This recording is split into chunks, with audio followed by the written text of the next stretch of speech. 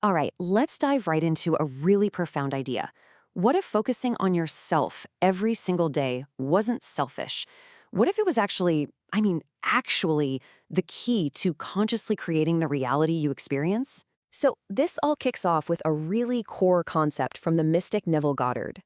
He taught that the world out there, everything you see around you, it isn't separate from you at all. It's a direct mirror of what's going on inside you. And think about what that means. Your thoughts, your feelings, they're not just reacting to the world, no, they're actively creating it. And that right there leads to a question that changes everything. I mean, if the world is just a mirror, what happens when you decide to change the person who's looking into it? Okay, so let's start with this foundational principle. The world is your mirror. We're going to really unpack this idea that your inner world is always the cause, and the outer world, that's just the effect. Now, really let this sink in for a moment. Consciousness is the only reality. According to this teaching, every single thing you see, everything you experience, first existed as a thought or a feeling. So what does that mean?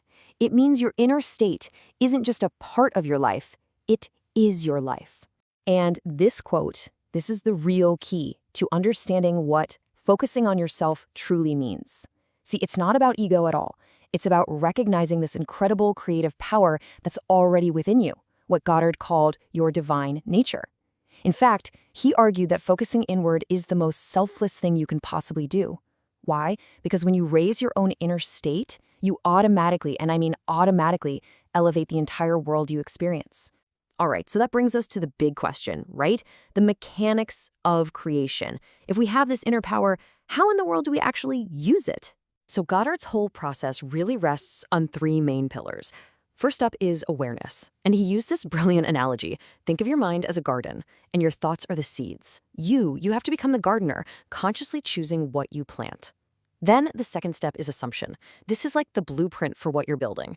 And finally, you have the declaration of I am. That's the raw power that brings that blueprint to life. And this whole thing hinges on something called the law of assumption. Listen to this because it's a game changer. The secret isn't wanting something in the future. It's about embodying the feeling of your wish already being a fact, right here, right now. You have to live from that feeling.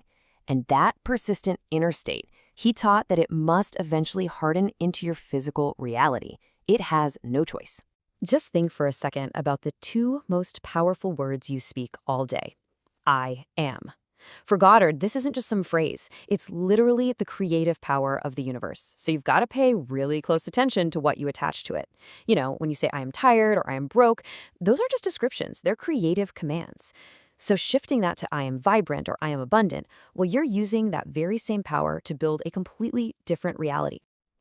This completely reframes what we think imagination is. It's not just idle fantasy or daydreaming. It's the very substance of reality. I mean, think about it. Every phone, every skyscraper, every single man-made thing, it first existed as nothing more than an image in someone's mind. Imagination is the workshop. It's where our world is actually built. Okay, so the theory is clear, right? But how does this become a daily inner practice? Let's get into the actual tools you can use.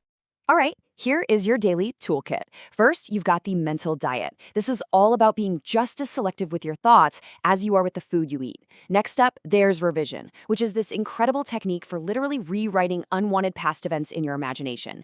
And finally, there's the nightly exercise, which is a powerful method for impressing your desired reality onto your subconscious mind right before you fall asleep. Now, this nightly exercise, this is an absolute cornerstone of the whole practice.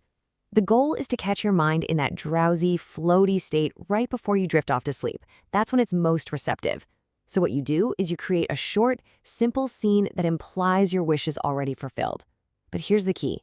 Don't watch it like a movie. You have to step into it. Feel it in the first person. Ask yourself, what do I see? What do I hear? Make it real.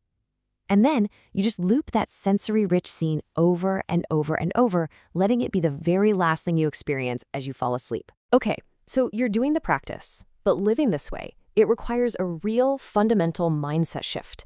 And trust me, it comes with its own set of challenges. Because let's be honest, doubts are going to creep in. Old habits are going to resurface. Your mind's old conditioning will fight back tooth and nail, giving you a laundry list of reasons why this can't possibly be real. So, what do you do when that happens? Well, this philosophy reframes resistance in a really interesting way. It's not a failure, it's an opportunity.